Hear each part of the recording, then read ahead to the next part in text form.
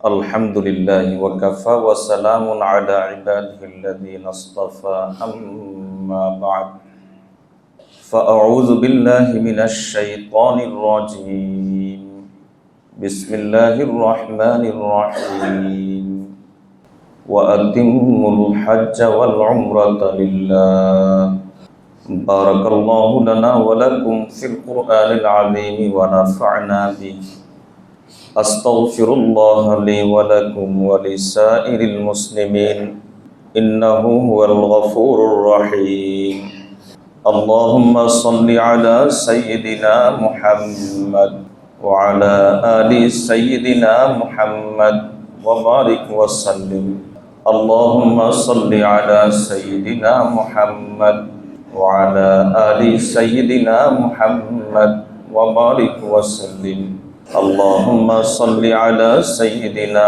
محمد وعلى آل سيدنا محمد وبارك وسلم সমস্ত প্রশংসা আল্লাহ তাআলার জন্য। আল্লাহ তাআলা পবিত্র জুমার নামাজ আদায়ের লক্ষ্যে আমাদেরকে আল্লাহর ঘর মসজিদে আসার তৌফিক দান করেছেন। এজন্য আমরা অন্তঃস্থল থেকে আল্লাহ তাআলার শুকর আদায় করি, আলহামদুলিল্লাহ। অনেকেই হজে যাচ্ছেন, আমাদের কাছ থেকে বিদায় নিচ্ছেন, দোয়া চাচ্ছেন। যতজনেই হজের সফরের উদ্দেশ্যে এসে মুসাফাহা করছেন, দোয়া চাচ্ছেন, ততবারই মন আনচান করে ওঠে। যারা একবার হজের সফরে গিয়েছেন, উমরার সফরে গিয়েছেন, তারা এই বাইতুল্লাহর পরিবেশ, মক্কা মদিনার পরিবেশ, যেখানে রাসূলুল্লাহ সাল্লাল্লাহু আলাইহি ওয়াসাল্লাম হেঁটেছেন, যেই পথ ধরে সাহাবায়ে কেরাম হেঁটেছেন, ইসলাম যেই অঞ্চলে লালিত পালিত হয়েছে, আর যে ইসলামের বরকতে আমরা মুসলমান, আমরা ঈমানদার, সেই ইসলাম ওই অঞ্চলেই লালন পালন করেছেন আল্লাহ তাআলা নিজ হাতে সযত্নে।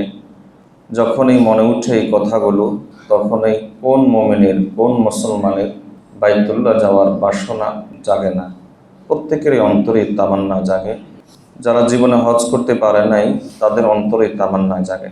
কিন্তু দুঃখজনক হলো সত্য, সেটা হলো এই যে তামান্না অনেকের জাগে, সামর্থ্য আছে কিন্তু হজ করে না। অথচ যে ব্যক্তি সামর্থ্য থাকা সত্ত্বেও হজ করে না, রাসূলুল্লাহ সাল্লাল্লাহু আলাইহি ওয়াসাল্লাম বলেছেন, ফালিয়ামুত ইয়াহুদিয়ান আও নাসরানিয়ান, সে ইহুদি হয়ে মারা যাক কিংবা খ্রিস্টান হয়ে মারা যাক, আমি নবীর কোনো জিম্মাদারি নেই। অনেক বড় কথা। সে ইহুদি হয়ে মারা যাক কিংবা খ্রিস্টান হয়ে মারা যাক, আমি নবীর কোনো জিম্মাদারি। অজুহাতকে অনেকে অজুহাত তোলে মেয়ের বিয়ে দেয় না, অথচ মেয়ের বিয়ে দেওয়ার সাথে হজের কি সম্পর্ক? বাইতুল্লাহতে আসা যাওয়া করার সামর্থ্য আছে আপনার কাছে, এই পরিমাণ টাকা পয়সা থাকলেই আপনার উপর হজ ফরজ। বর্তমানে একটু বেশি টাকা লাগে, হয়তো 7-8 লাখ টাকা, 6-7 লাখ টাকা লাগে। তো যে কয়দিন সেখানে থাকবেন, সেই কয়দিনের জন্য পরিবারের ভরণ পোষণের ব্যবস্থা আছে, আর এই পরিমাণ পয়সা সম্পদ আপনার কাছে আছে, এতটুকু থাকলে হজ ফরজ। এর আলোকে আমাদের সমাজে বহু মানুষের উপর হজ ফরজ। অনেকের যখন পয়সা কম ছিল, হজে যাওয়ার খরচ কম ছিল, তখন অনেকের হজ ফরজ হয়ে গিয়েছিল কিন্তু হজ করে নাই। এখন তার উপর এই ফরজটা তো রয়ে গেছে। এজন্যই ইসলাম বলে যে যে কোনো ফরজ বিধান হোক, ওয়াজিব বিধান হোক, যদি সেই বিধান পালন করা অত্যাবশ্যক হয়, না পালন করে কোনো উপায় নাই, তাহলে যত দ্রুত সম্ভব সে বিধান পালন করে ফেলো। এখন যে তাদের উপর হজ ফরজ রয়ে গেল, টাকা পয়সা এখন তাদের কাছে নাই, বলেন সে আল্লাহর কাছে কি জবাব দিবে? আল্লাহর কাছে কি জবাব দিবে? এখন তার মাথার উপর যে হাদিস ঝুলে আছে, যে হাদিসে রাসূলুল্লাহ সাল্লাল্লাহু আলাইহি ওয়াসাল্লাম বলেছেন, ইহুদি হয়ে মরুক, খ্রিস্টান হয়ে মরুক, আমার জানা নেই। এই হাদিস তো তার মাথার উপর ঝুলে আছে। এজন্য সামর্থ্যবান যারা আছে তারা হজ করবেন এবং হজের পাক্কা সাচ্চা নিয়ত করে নেবেন। এখনই নিয়ত করে নেন যে ইনশাআল্লাহ আল্লাহ তাআলা তৌফিক দিলে আগামী বছরই হজ করবে ইনশাআল্লাহ। আল্লাহ সকল সামর্থ্যবানদেরকে হজ করার তৌফিক দান করুন। দ্বিতীয় বিষয়, যারা হজে যান, অনেকে চলে গিয়েছেন, অনেকেই এখনো আছেন, আজকের এই জুমাতে অনেকে উপস্থিত আছেন, তাদের উদ্দেশ্যে দুটি কথা। প্রথম কথা হলো এই যে হজ একটি ইবাদত, কিন্তু এই ইবাদতকে আমরা অনেক সময় গুনার মাধ্যম বানিয়ে ফেলি। কেমন যেন এটা একটা সাধারণ জার্নি কিংবা বিনোদনের জন্য যাচ্ছি। কক্সবাজার যেভাবে যায় বিনোদনের জন্য সেভাবেই। এটার বড় আলামত হলো এই মোবাইলের অপব্যবহার, যেখানে সেখানে সেলফি তোলা। আল্লাহর কাছে পানাহ চাই, এরকমও দেখা গেছে যে বাইতুল্লাহর গিলাফ ধরে কাঁদছে আর সেলফি তুলছে, ভিডিও কলে কথা বলছে, গিলাফ ছেড়ে দিছে, কান্না শেষ। আমার ছোট মেয়ে ছোট ছিল, তখন আমাকে দেখাচ্ছে, আব্বু দেখেন ওই যে এই মহিলা এতক্ষণ কাঁদছে, এখন গিলাফ ছেড়ে দিয়ে এখন কান্না নাই, এখন সে হাসি তামাশা শুরু করছে। এই ধরনের কারবারও সেখানে দেখা যায়। আল্লাহর কাছে পানাহ চাই, এটা শক্ত কবিরা গুনাহ। এই গুনাহ করে তার হজ আল্লাহর কাছে কবুল হওয়া তো দূরে থাক, সে বরং এই হজের কারণে আল্লাহর আরো বেশি গজবের রাগের শিকার হচ্ছে। ভয় লাগে ওই হাদিস, রাসূলুল্লাহ সাল্লাল্লাহু আলাইহি ওয়াসাল্লাম যে হাদিসে বলেছেন যে ফিতনার জামানার কথা উল্লেখ করতে গিয়ে বলেছেন যে আমার উম্মতের কিছু লোক হজ করবে, যারা ধনী তারা হজ করবে শুধুমাত্র বিনোদনের উদ্দেশ্যে, আর যারা আলেম তারা হজ করবে মানুষকে দেখানোর উদ্দেশ্যে, এতবার হজ করেছে, আমার জীবনে এতটা হজ আছে, এই কথা বলার উদ্দেশ্যে। হজ সম্পূর্ণ রিয়ামুক্ত একটি ইবাদত হওয়া চাই। এই হজ রিয়া হয়, এর আরেকটা আলামত হলো হজের সফরও যাওয়ার পরে তখন এভাবে সেলফি তোলা, এটা যেমন একটা আলামত। আরেকটা আলামত হলো এই যে যে যারা কেবল বিনোদনের উদ্দেশ্যে হজে যায় কিংবা প্রথাগত উদ্দেশ্যে হজে যায়, হাজি লাগাতে পারবে, হয়তো সামনে নির্বাচন আছে, আলহাজ না লাগালে ভোট কম পাবে, রাজনৈতিক হজ, এই জাতীয় হজ যারা করে এদের একটা বড় আলামত হলো এরা হজের প্রত্যেকটা চিত্রকে ফ্রেম বাঁধাই করে এবং সবগুলোকে তারা সেলফিবদ্ধ করে, তারপরে সেগুলো মানুষকে দেখায়। দুই একটা ছবি বড় ফ্রেমে বাঁধাই করে রেখে অফিসেও ঝুলিয়ে রাখে, এহরাম পরা দিয়ে একটা ছবি। এরা হজ করে না, এরা হজের সাথে দুষ্টমি করে, আল্লাহর সাথে বাটপারি করে। এরা হাজি না, এরা হলো ধোঁকাবাজ, এরা মুনাফিক। আল্লাহর কাছে পানাহ চাই। এমনও লোক আছে যে হজ করার পর যখন আসে তখন তার নামের সাথে যদি আলহাজ না লাগানো না হয় তাহলে তো এই বেচারা মহাক্ষেপা। জনাবকে তো আর থামানো যায় না, কেন আমার নামের সাথে আলহাজ নাই? এটাও রিয়ার আলামত। এই লোক যে হজ করেছে কেবলমাত্র আলহাজ নাম লাগানোর জন্য রিয়ার আলামত।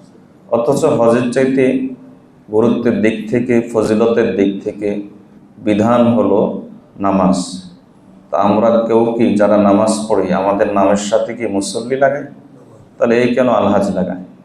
আমরা নামাজ জাকাত যারা দিই তারা কি আগে কি জাকাত দাতা লাগাই? অমুক জাকাত দাতা, জাকাত দাতা অমুক, এভাবে কি বলা হয়? তাহলে আলহাজ অমুক কেন বলতে হবে? এটা একটা খারাপ সংস্কৃতি। এই সংস্কৃতি বর্জন করা উচিত। ইবাদত যত বেশি গোপনে করা যায়, যত বেশি গোপন রাখা যায়, আল্লাহ তাআলা তত বেশি কবুল করবেন। দ্বিতীয় বিষয় সেটা হলো এই যে হজের সফরটা অত্যন্ত কষ্টের সফর, এটা স্বীকার করতেই হবে। আর মানুষের নফস হলো এমন, আল্লামা রুমি রহমতুল্লাহ আলী বলেন যে নফস হলো বাচ্চাদের মতো, যে একে যতই দাও কোনো কিছু দিয়ে এদেরকে থামানো যায় না। একটা চাহিদা শেষ হয় তো আরেকটা শুরু হয়, বাচ্চাদের মতো এদেরকে কোনোভাবেই থামানো যায় না। খলিফা হারুন রশিদের একটা ছোট্ট ঘটনা মনে পড়লো। খলিফা হারুন রশিদ একবার তার উজিরদেরকে জিজ্ঞেস করলো, আচ্ছা জগতে কাকে সন্তুষ্ট করা যায় না? তখন তার উজির বললো যে বাচ্চাদেরকে। বলে কি বলে, এটা কোনো ব্যাপার হয় নাকি? বাচ্চাদেরকে কেমনে সন্তুষ্ট করা যায় না? তো কিছু বাচ্চা পরীক্ষার জন্য আনা হলো, তাদেরকে এটা দেয়, তো ওটার যখন চাহিদা শেষ হয় এবার কান্না শুরু করে ওইটা লাগবে, এবার ওইটা দিলে আবার কান্না শুরু করে ওইটা লাগবে। শেষ পর্যন্ত একটা বাচ্চা সব কিছু পেয়ে গেছে, এখন সে একটা সুই নিয়ে বসে আছে, সে বলতেছে ওই সুইয়ের ভিতরে হাতির সুরটা ঢোকানো লাগবে, এটা হলো তার চাহিদা। তাহলে বাচ্চাদেরকে কোনোভাবে খুশি করা যায় না। তো নফস হলো বাচ্চাদের মতো। আর এই হজের সফরে নফস তরুতাজা হয়, নফস জেগে ওঠে, কারণ শয়তান এখন পরিপূর্ণভাবে কাজ করবে তার হজটা নষ্ট করার জন্য। এবার সামান্যতেই রাগ, সামান্যতেই তার মুখ খারাপ হয়। এরকম অনেককে দেখা গেছে যে খুব শান্তশিষ্ট মানুষ, কিন্তু হজের সফরের আগে, হজের সফরে বেচারা রাগ থামানো যায় না। তো আবার কিছু এজেন্সিরও সমস্যা আছে, আমি তো মাঝে মাঝে বলি যে আমার দেখা কোনো এজেন্সি এই পর্যন্ত সলিড পাইনি, পরিপূর্ণ। হয়তো অনেকাংশ পেয়েছি, কিছু অংশ পেয়েছি, শতভাগ পাইনি। এজন্য আমার সাথে কেউ যদি হজের বিষয়ে পরামর্শের জন্য আসে, তখন আমি পরিষ্কার বলি আমি জিম্মেদার না। আপনি 10টা দেখে যান, কারোর সাথে আমার এই বিষয়ে কোনো সম্পৃক্ততা নাই, এ বিষয়ে আমার কোনো লেনদেন নাই, এই বিষয়ে আমি কারো ওকালতি করি না। এটা পরিষ্কার করে বলে দিই। এর কারণ হলো অনেক সময় এজেন্সিগুলোর আন্তরিকতা থাকে, তা থাকে না যে পরিপূর্ণ এমন না, কিন্তু এমন কিছু পরিস্থিতি তৈরি হয় যে তারা তাদের এই ওয়াদা রক্ষা করতে পারে না। আবার অনেকে আদতেই বাটপার হয়, যে যারা উদ্দেশ্য হলো হজ নিয়ে ধান্দা করা। তো যার কারণে প্রতিটা সেকেন্ডে, আমি বলবো প্রতিটা সেকেন্ডেই মেজাজ খারাপ হওয়ার মতো অনেক বিষয় তৈরি হয়। তো তখন মেজাজ খারাপ করে হজ নষ্ট করে ফেলে। এজন্য আমি বলি যে যদি আপনার এজেন্সির সাথে, তাদের কোনো সার্ভিসের সাথে আপনার কোনো আপত্তি থাকে, ঝগড়া করতে যদি মনে চায়, দাঁত খিঁচে ঝগড়াকে নিয়ন্ত্রণ করবেন, ঠক গিলে ফেলবেন। কোরআন মজিদ আল্লাহ তাআলা বলেন, ওয়াল কাযিমিনাল গায়জ ওয়াল আফিনা আনিন নাস ওয়াল্লাহু ইউহিব্বুল মুহসিনিন। যারা রাগকে গিলে ফেলে, মানুষকে মাফ করে দেয়, আল্লাহ তাআলা তাদেরকে ভালোবাসে। তো আপনি এই বিষয়গুলো খেয়াল করে, বিশেষ করে আপনার এই হজ নামক ইবাদতকে ঠিক রাখার জন্য রাগকে নিয়ন্ত্রণ করবেন। কারণ হজের বিষয়ে আল্লাহ তাআলা সকল গুনাহ মাফ করবেন, এটা নিশ্চিত, এতে কোনো সন্দেহ নাই। কারণ রাসূলুল্লাহ সাল্লাল্লাহু আলাইহি ওয়াসাল্লাম বলেছেন, আল হাজ্জুল মাবরুর লাইসা লাহু জাযাউন ইল্লাল জান্নাহ। মাবরুর হজ, এর বিনিময় জান্নাত ছাড়া আর কিছু নেই। নবী সাল্লাল্লাহু আলাইহি ওয়াসাল্লাম বলেছেন যে যে ব্যক্তি হজ করে আবার ঘরে ফিরে আসলো এবং কোনো প্রকার অশ্লীল কাজ করে নাই, গুনাহ করে নাই, রাজাআ কায়াউমিন ওয়ালাদাতহু উম্মুহু, সদ্য ভূমিষ্ঠ সন্তানের মতো সে সম্পূর্ণ নিষ্পাপ হয়ে ফিরে আসে। তাহলে হজ অত্যন্ত উঁচু মানের ইবাদত। কিছু ইবাদত আছে পিছনের সব গুনাহ মাফ করে দেয়। যেমন আমাদের এই ভাই এখন ইসলাম গ্রহণ করেছে, আল ইসলাম ইয়াহদিমু মা কানা ক্বাবলা ওয়াল হাজ্জু ইয়াহদিমু মা কানা ক্বাবলা। হজ ইসলামের মতোই অনেকটা। ইসলাম যেমন পিছনের সব গুনাহ মাফ করে দেয়, সব গুনাহ মিটিয়ে দেয়, ঠিক তেমনিভাবে হজও পিছনের সব গুনাহ মিটিয়ে দেয়। তো এমন একটা বড় ইবাদত, এটা বিনা শর্তে না। একটা শর্ত আল্লাহ তাআলা কোরআন মজিদের মধ্যে পরিষ্কার করে দিয়ে দিয়েছেন। আল্লাহ তাআলা কোরআন মজিদের মধ্যে বলেছেন যে ফালা রাফাসা ওয়ালা ফুসুকা ওয়ালা জিদালা ফিল হাজ্জি। এই হজের পুরা সফরের মধ্যে কোনো অশ্লীল কাজ করা যাবে না। কুদৃষ্টি, এরপরে বিমানে তো সুন্দর সুন্দরী নারী শুরু হয় সেখান থেকে। আর ওই দেশে যাওয়ার পর বাইতুল্লাহর ওই হজের সফরে সারা দুনিয়া থেকে লোক আসে। আমাদের দেশগুলো তো পর্দা কিছুটা বুঝি, এমনও দেশ আছে পর্দা কি জিনিস তারা বুঝেই না, কারণ তারা ওই পরিবেশে পায় নাই, তো ইসলামের ওই আলো তারা পায় নাই। এবং ওই দেশ থেকেও তারা মুসলমান হিসাবে আসে, এসে তারপরে হজের সফরে আসে, হজ করার জন্য আসে। তো পর্দা পরিপূর্ণরূপে তারা ওভাবে মেনে চলে না। সুন্দরী সুন্দরী নারীরা আসে, হাজির সাহেব বেচারা, ওই বেচারা হাজির সাহেব মানুষ তার দিকে ড্যাব ড্যাব চোখে তাকিয়ে থাকে। এটা খুব খারাপ জিনিস, তার হজ কবুল হচ্ছে না। অনুরূপভাবে অশ্লীল কথা, অশ্লীল বাক্য, অশ্লীল মন্তব্য, এই সবই হজে চলবে না। যখন একটু বেশ কম হয় তখন একবারে মা বন্ধুরে গালি দেওয়া শুরু করে। নিজে দেখেছি আমি, অশ্লীল কথা বলে। এটা যদি হয়, আল্লাহ তাআলা বলেন যে তাহলে তার শর্ত পূরণ হয় নাই। ইজা ফাতা শারত ফাফাতাল মাশরুত। যেই জিনিসের সাথে আল্লাহ শর্ত যুক্ত করেছেন, সেই জিনিস যেহেতু, সেই শর্ত যেহেতু পূরণ হয় নাই, সুতরাং আল্লাহ ওই জিনিস দান করবেন না। আল্লাহ হজের সফরের সব গুনাহ মাফ করবেন বিনা শর্তে না, এটা কন্ডিশন রেখেছেন। সেটা হলো লা রাফাসা ওয়ালা ফুসুকা ওয়ালা জিদালা। কোনো অশ্লীল কাজ করা যাবে না, কোনো গুনাহ করা যাবে না। আর আল্লাহ বিশেষভাবে বলেছেন কোনো ঝগড়া করা যাবে না, ওয়ালা জিদালা ফিল হাজ্জ। আমরা এই কাজগুলো থেকে বিরত থাকবো, আল্লাহ তৌফিক দান করুন। হজের সফরে যারা যান তারা প্রায় একটা কথা বলেন যে হুজুর সেখানে কি আমল করব। আমি সকলকে একটা কমন কথা বলি। আমি বলি যে আপনি কেন যাচ্ছেন? হজের সফরে যাচ্ছেন। তাহলে আপনার কাজ হলো হারামের ভিতরে সময় কাটানো, হোটেলে বসে বসে গল্প, আর 2-3 জন বুড়া একসাথে হলে তো গল্পের শেষ নাই। কোত্থেকে যে এত গল্প আসে, একবারে ছোটবেলার গল্প থেকে শুরু করে কোনো গল্প ছাড়ে না।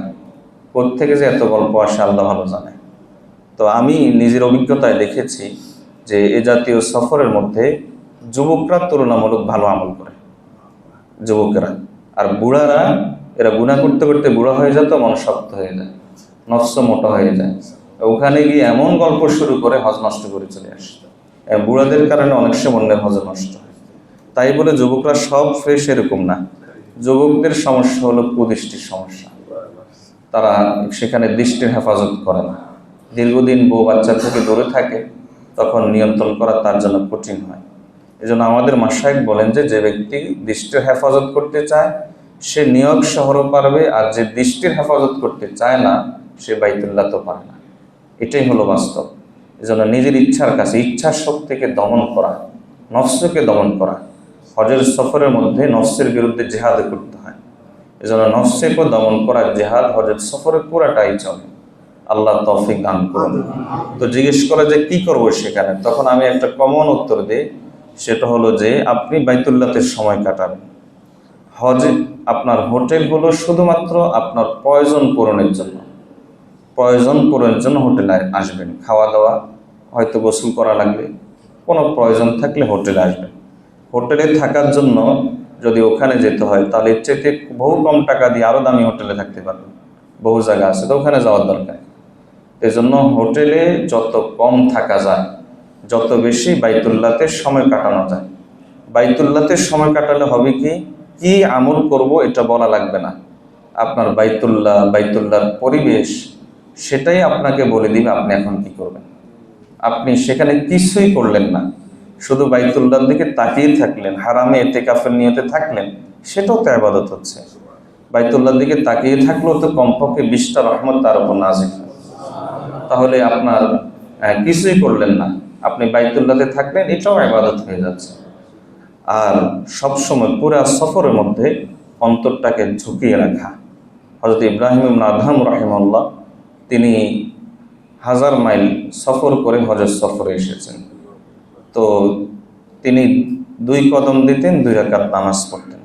এবার চিন্তা করেন কত বছর সময় ব্যয় করে তিনি হজের সফরে এসেছেন। এইভাবে তিনি হজের সফরে এসেছেন। হজের সফরে আসার পর তিনি দেখলেন যে আল্লাহর এক বান্দির উপর আল্লাহর রহমতের নূর সরাসরি পড়ছে। এটাকে কাশফ বলা হয়। আল্লাহর ওলিদের এটা খোলা থাকে। আমাদেরও কাশফ আছে, অন্তর্চক্ষু আমাদেরও আছে, কিন্তু আমাদেরটা বন্ধ। কিন্তু আল্লাহর ওলিদেরটা খোলা থাকে। পার্থক্য হলো তারা ইবাদত করতে করতে, গুনাহ থেকে বেঁচে থাকতে থাকতে আল্লাহ তাআলা তাদের অন্তর্চক্ষুকে উন্মোচিত করে দেন। আমাদের যে আছে দৃষ্টান্ত দেয়, যেমন ধরেন আমি বললাম একটা শহরের নাম, ধরেন আমি বললাম যে সিলেট। এখন যারা সিলেট গেছেন, সঙ্গে সঙ্গে তাদের চোখের সামনে পুরা সিলেট ভেসে উঠেছে। এই যে ভেসে উঠেছে আপনার চোখের সামনে, এটাই অন্তর্চক্ষু। আপনি স্বপ্নের মধ্যে অনেক সময় কত কিছু দেখেন, অমুকখানে চলে গেছেন, অমুকখানে চলে গেছেন, চোখটা আপনার বন্ধ ছিল, দেখলেন কেমনে? যেই চোখ দিয়ে দেখেছেন, এটাই হলো অন্তর্চক্ষু। তো আল্লাহওয়ালা যারা হন, তারা এই জিনিসটা জাগ্রত অবস্থাও দেখতে পান, তারা অনুভব করেন। অনেক সূক্ষ্ম সূক্ষ্ম জিনিস আল্লাহ তাআলা তাদেরকে দেখান, তাদের গুনাহ থেকে বেঁচে থাকার কারণে। তো ইব্রাহিম ইবনে আদহাম রহমতুল্লাহ আলাইহি দেখলেন আল্লাহর এক বান্দির উপর সরাসরি আল্লাহর রহমত নাজিল হচ্ছে। তো তিনি তাকে গিয়ে জিজ্ঞেস করলেন, আল্লাহর বান্দি, আপনার উপর এভাবে সরাসরি রহমত নাজিল হচ্ছে, কারণ কি? তো পাশ থেকে একজন বলে উঠল যে উনি হলেন রাবিয়া বসরিয়া রাহিমাহুল্লাহ। তো আপনার উপর এভাবে কেন নাজিল হচ্ছে রহমত? তখন ওই আল্লাহর বান্দি রাবিয়া বসরিয়া রাহমাতুল্লাহ আলাইহি, রাবিয়া আল আদাবিয়া আল বসরিয়া ওনার নাম। তো রাবিয়া বসরিয়া রাহমাতুল্লাহ আলাইহি তখন উত্তর দিলেন যে, দেখো ইব্রাহিম, তুমি এসেছো তোমার কপাল ঝুঁকিয়ে, আর আমি পুরা সফর করেছি আমার দিলকে ঝুঁকিয়ে। তুমি কপালের সিজদা দিয়ে এসেছো, আমি দিলের সিজদা দিয়ে এসেছি। এই হলো পার্থক্য। তো পুরা সফরের দিল আল্লাহর সাথে লাগিয়ে রাখা। আল্লাহ তাআলা আমাদেরকে সে তৌফিক দান করুন। আমরা যারা হজে যেতে পারছি না, অথবা একবার গেছি, প্রতি বছর তো আর হজে যাওয়া সম্ভব নয়, আমাদের জন্য কি কোনো এমন আমল বিকল্প নেই যেটা করলে হজের সওয়াব পাওয়া যাবে? হ্যাঁ, আল্লাহ তাআলা কাউকে নিরাশ করেন না।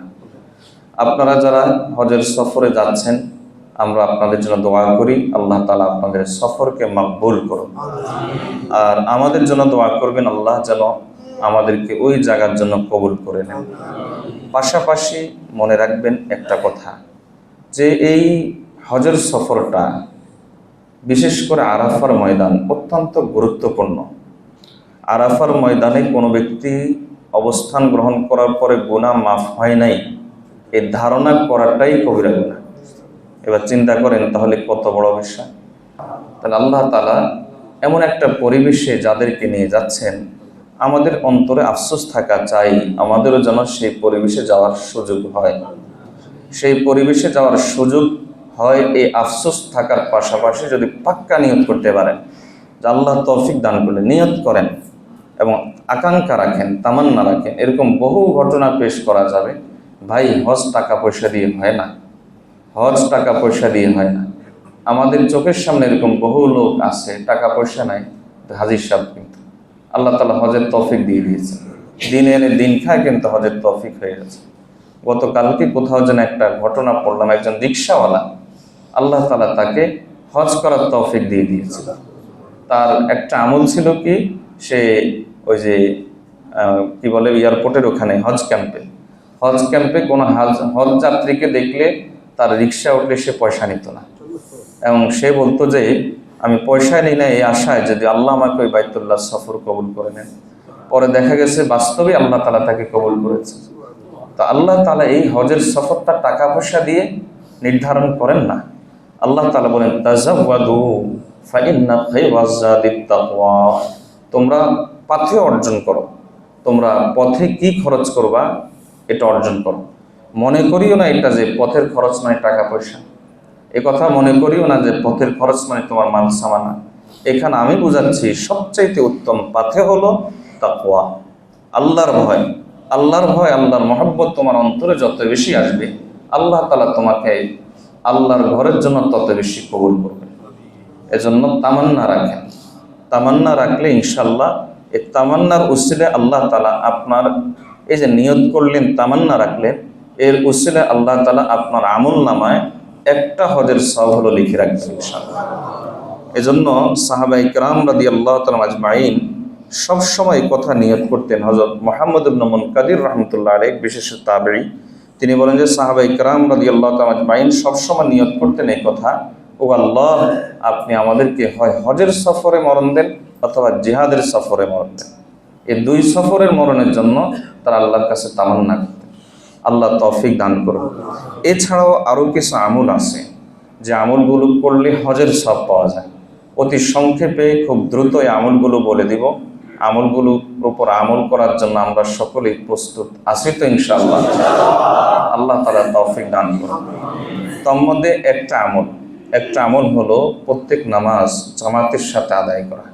হযরত আবু উমামা আল বাহিলি রাদিয়াল্লাহু তাআলা থেকে বর্ণিত হাদিস, রাসূলুল্লাহ সাল্লাল্লাহু আলাইহি ওয়াসাল্লাম বলেন, মান খারাজা মিন বাইতিহি মুতাতাহহিরান ইলা সালাতিন মাকতুবাতিন ফাআজরুহু কাআজরিল হাজ্জিল মুহরিম, যে ব্যক্তি ওযু করে, শুনেন আমরা তো ওযু করি কোথায়? মসজিদে এসে না, ওযু বাসায় করা আলাদা ফজিলত আছে। ওযু বাসায় করে বের হওয়া, এটার ফজিলত আলাদা। আপনি নামাজের জন্য আগে প্রস্তুতি নিলেন, ওযু করলেই মন ফ্রেশ হয়, মন পবিত্র হয়। এই যে আপনি পথে দিয়ে আসছেন, ওযু থাকার কারণে প্রতিষ্ঠিত হবে না, পরীক্ষা করে দেখিয়ে। তো এই জন্য ওযু করে বাসা থেকে বের হওয়া। রাসূলুল্লাহ সাল্লাল্লাহু আলাইহি ওয়াসাল্লাম বলেন, যে ব্যক্তি ওযু করে বাসা থেকে বের হবে ফরজ নামাজের উদ্দেশ্যে, তাহলে আল্লাহ তাআলা তার আমল নামায় সওয়াব লিখবেন একজন ইহরাম পরিধানকারী হাজির মতো করে। আল্লাহ তৌফিক দান করুন। তাহলে 5 ওয়াক্ত নামাজ যদি আপনি জামাতের সাথে পড়েন, 5 বার হজ করার সওয়াব পেয়ে যাচ্ছেন। চিন্তা করছেন? বছরে যদি আপনি সারা বছর এই কাজটা করেন তাহলে কতবার পাচ্ছেন? 10 বছর করলে কতবার পাচ্ছেন? সারা জিন্দেগি করলে কতবার পাচ্ছেন? হাজার হাজার হাজার সওয়াব আপনার আমল নামায় যুক্ত হচ্ছে। আল্লাহ তৌফিক দান করুন। 2 নম্বর আমল, রাসূলুল্লাহ সাল্লাল্লাহু আলাইহি ওয়াসাল্লাম বলেন যে দিন শিখার উদ্দেশ্যে কেউ যদি মসজিদে যায়, দিন শিখার উদ্দেশ্যে, বিশেষ করে সকাল সন্ধ্যায় আপনি দিন শিখার উদ্দেশ্যে আসলেন, এখানে যেমন কোরআন শেখানো হচ্ছে, ফরজ আইন ইলম শেখানো হচ্ছে, অথবা আমাদের নৈশ মাদ্রাসা আছে, অথবা অন্য কোথাও অন্য কোনো ব্যবস্থা আছে, দিন শিখার উদ্দেশ্যে কেউ যদি মসজিদে যায়, নবী সাল্লাল্লাহু আলাইহি ওয়াসাল্লাম বলেন, মান গাদা ইলাল মাসজিদি লা ইউরিদু ইল্লা লিয়াতাআল্লামা খায়রান আও ইউআল্লিমাহু, কেউ যদি মসজিদে শুধুমাত্র এই উদ্দেশ্যে যায় যে আমি কিছু দিন শিখবো অথবা দিন শিখাবো, দুইজনেরই কানা লাহু কাআজরু মুতামিরিন তামুল উমরাতি, নবী সাল্লাল্লাহু আলাইহি ওয়াসাল্লাম বলেন যে সে ব্যক্তি একটা উমরা করার সওয়াব পায়, পরিপূর্ণ উমরা। এটা যদি সে সকালে যায়, আর যদি সন্ধ্যায় যায়, সন্ধ্যায় দিন শিখার মজলিসগুলো বিশেষ করে মসজিদ কেন্দ্রিক সাধারণত সন্ধ্যায় বেশি জমে। নবী সাল্লাল্লাহু আলাইহি ওয়াসাল্লাম বলেন যে ব্যক্তি সন্ধ্যায় যায়, ফালাহু আজরু হাজ্জিন তামুল হিজ্জা, তাহলে সে পরিপূর্ণ একটা হজের সওয়াব পায়। নবীজি পরিপূর্ণ শব্দ লাগিয়ে দিয়েছেন যেন আমাদের অন্তরে কোনো কনফিউশন না থাকে। আল্লাহ আমল করার তৌফিক দান করুন।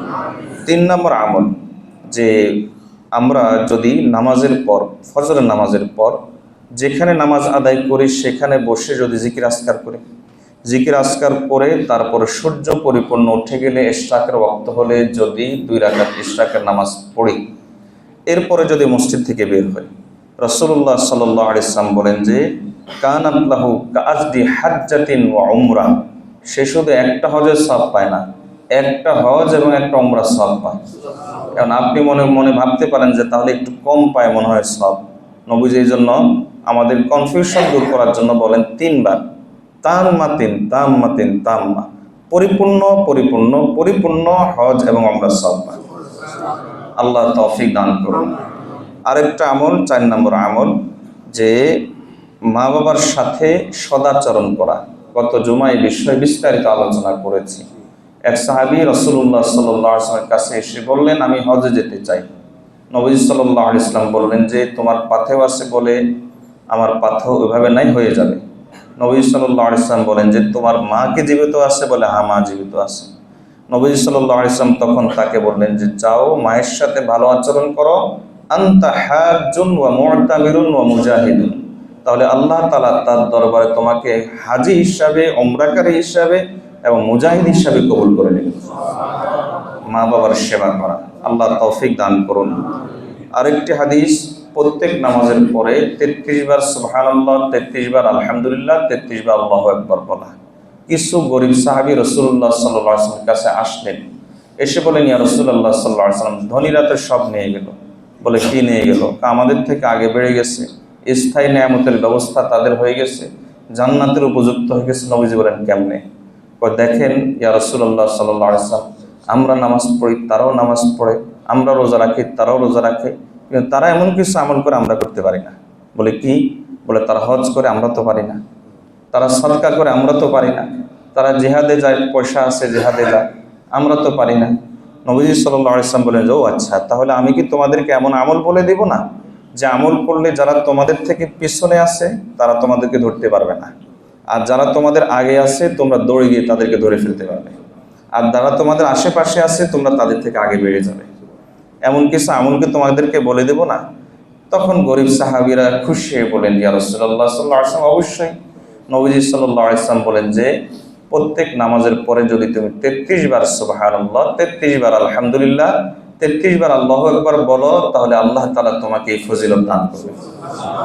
তবে তোমার আগে বেড়ে যাবে এক ব্যক্তি, যে ব্যক্তি তোমার মতো অথবা তোমার চাইতে বেশি আমল করছে। আল্লাহ তাআলা আমাদেরকে এই আমলটা, কত সহজ একটা আমল, এই আমলটাও করার তৌফিক দান করুন। হজ এবং উমরার সওয়াব পাওয়া যায় আরেকটা আমল। রাসূলুল্লাহ সাল্লাল্লাহু আলাইহি ওয়াসাল্লাম হাদিসের মধ্যে বলেন, যে ব্যক্তি এশার নামাজ জামাতের সাথে আদায় করে এবং ফজরের নামাজ জামাতের সাথে আদায় করে, নবীজি সাল্লাল্লাহু আলাইহি ওয়াসাল্লাম বলেন যে আওয়ালাইসা কাদ জাআলাল্লাহু লাকুম সালাতাল ইশা ফি জামাআতিন তা'দিলু হাজ্জা, যে এশার নামাজ জামাতের সাথে আদায় করা, আল্লাহ তাআলা এটা কি তোমাদের জন্য এক হজের সমান করেনি? তো অর্থাৎ এটা এক হজের সমান। এবং নবীজি বলেন অনুরূপভাবে ফজর নামাজ জামাতের সাথে আদায় করা, এটা কি আল্লাহ তাআলা তোমাদের জন্য একটা উমরার সমান করেনি? মানে একটা উমরার সমান। যেন ফজর এবং এশার নামাজ জামাতের সাথে আদায় করা আল্লাহ তৌফিক দান করুন। রমজানে উমরা করা, হাদিসে এসেছে তা'দিলু হাজ্জাতান, রমজানে উমরা করলে আল্লাহ তাআলা এক হজের সওয়াব দান করেন। 7 নম্বর আমল। 8 নম্বর আমল, মসজিদে কুবায় যদি আমরা 2 রাকাত নামাজ পড়ি তাহলে একটা উমরার সওয়াব পাওয়া যায়। হাদিসে রাসূলুল্লাহ সাল্লাল্লাহু আলাইহি ওয়াসাল্লাম এমনটি বলেছেন। 9 নম্বর আমল, কোন সাহাবী বলেন যে ঈদের নামাজে কোনো ব্যক্তি যদি জামাতের সাথে আদায়ের জন্য খুব ভোরে ভোরে তাড়াতাড়ি ঈদগাহে চলে যায় তাহলে আল্লাহ তাআলা তাকে একটা হজের সওয়াব দান করেন। এটা হাদিসে নাই, এটা কোন সাহাবী বলেছেন। হযরত হাসান বসরি রাহমাতুল্লাহ আলাইহি একটা কথা বলেন, তিনি বলেন মাশয়ুকা ফি হাজাতি আখিকাল মুসলিম খায়রুন লাকা মিন হাজ্জাতিন বা'দা হাজ্জাতিন, যে তুমি তোমার ভাইয়ের হাজত প্রয়োজন পূরণ করার জন্য ঘর থেকে বের হওয়া বারবার হজ করার চাইতে এটা সওয়াব বেশি। তাহলে কোনো ভাইয়ের প্রয়োজন পূরণ করা এটাও একটা হজের সওয়াব পাওয়া যায়। আল্লাহ আমাদেরকে সে তৌফিক দান করুন। এজন্য আমরা যারা হজে যেতে পারি নাই, নিজের নফসের উপর নিয়ন্ত্রণ করার মাধ্যমে এই আমলগুলোতে যদি অভ্যস্ত হতে পারে, কারণ এই আমলগুলো নফসকে সারা রাত ফেসবুক দেখবে না ফজর নামাজ জামাতের সাথে পড়বে, এটা কেমন হবে? নফসকে নিয়ন্ত্রণ করা ছাড়া এই আমলগুলো করা সম্ভব না। এজন্য এই আমলগুলো যদি আমরা নফসকে নিয়ন্ত্রণ করার মাধ্যমে যদি জারি রাখতে পারি, আরাফার ময়দানে মুজদালিফার ময়দানে হাজিরা দাঁড়াবে, আল্লাহর কাছে রোনাজারি করবে। আপনি এখানে বসে আল্লাহর কাছে দোয়া করেন, রোনাজারি করেন, আল্লাহকে বলেন ও আল্লাহ যাইতে পারে না, যাওয়ার তৌফিক দেন। তো এইভাবে যদি আপনি তামান্না রাখেন আর এই আমলগুলো করেন তাহলে ইনশাআল্লাহ আল্লাহ তাআলা আপনাকে পরিপূর্ণ হজ উমরা সওয়াব দান করবেন। আল্লাহ আমাদেরকে আমল করার তৌফিক দান করুন। সংক্ষেপে সবগুলো আমল আবার একবার বলে দিচ্ছি। নম্বর 1, হজ এবং উমরার সম্পাদনকারী সওয়াব আপনি পেয়ে যাবেন। নম্বর 1, যদি পাক্কা সাচ্চা নিয়ত করেন, তামান্না রাখেন হজের এবং উমরা। নম্বর 2, যদি আপনি জামাতের সাথে নামাজগুলো আদায় করেন তাহলে আপনি হজ আদায় করে সওয়াব পেয়ে যাবেন। নম্বর 3, যদি আপনি মসজিদে দ্বীন শিখার উদ্দেশ্যে যান তাহলে আপনি সওয়াব পাবেন। নম্বর 4, যদি আপনি মসজিদে ফজর নামাজ আদায়ের পরে সেখানে বসে থাকেন, সূর্য ওঠা পর্যন্ত জিকির আজকার করেন, সূর্য পরিপূর্ণ উঠে গেলে এশরাকের নামাজ ওয়াক্ত হয়ে গেলে আপনি যদি 2 রাকাত নামাজ পড়েন তাহলে নবীজি বলেন পরিপূর্ণ হজ এবং পরিপূর্ণ উমরার সওয়াব পাবেন। নম্বর 4, যদি আপনি মা বাবার সেবা করেন তাহলে পরিপূর্ণ হজ এবং উমরার সওয়াব পাবেন। নম্বর 5, যদি আপনি প্রত্যেক নামাজের পর 33 বার সুবহানাল্লাহ, 33 বার আলহামদুলিল্লাহ, 33 বার আল্লাহু আকবার বলেন তাহলে আপনি আল্লাহ তাআলার দরবারে হজ এবং উমরার সওয়াব পাবেন। নম্বর 7, যদি আপনি ঈশার নামাজ জামাতের সাথে পড়েন তাহলে আল্লাহ হজের সওয়াব দান করবেন। যদি ফজর নামাজ জামাতের সাথে পড়েন তাহলে আল্লাহ তাআলা উমরার সওয়াব দান করবেন। নম্বর 8, যদি রমজানে উমরা পালন করতে পারেন তাহলে পুরা হজের সওয়াব পাবেন। নম্বর 9, যদি মসজিদে কুবাতে 2 রাকাত নামাজ পড়তে পারেন পরিপূর্ণ উমরার সওয়াব পাবেন। নম্বর 10, যদি ঈদের নামাজে জামাতে শরীক হওয়ার উদ্দেশ্যে বের হন খুব ভোরে তাহলে আপনি হজের সওয়াব এবং উমরার সওয়াব পাবেন। আর নম্বর 10, কোনো মুসলমানের প্রয়োজন, নম্বর 11 নাকি এটা, যেটা 10, নম্বর 10, কোনো মুসলমানের প্রয়োজন পূরণ করার উদ্দেশ্যে আপনি যদি ঘর থেকে বের হন তাহলে আল্লাহ তাআলা আপনাকে পরিপূর্ণ হজ এবং উমরার সওয়াব দান করবেন। আল্লাহ যারা হজে গিয়েছেন তাদেরকে হজের পরিপূর্ণ সওয়াব দান, হজ্জে মাবরুর দান করুন। আর আমরা যারা যেতে পারি নাই আমাদেরকে সারা বছর এই হজের এবং উমরার সওয়াবগুলো অর্জন করার তৌফিক দান করুন। ওয়া আখিরু দাওয়ানা আলহামদুলিল্লাহ।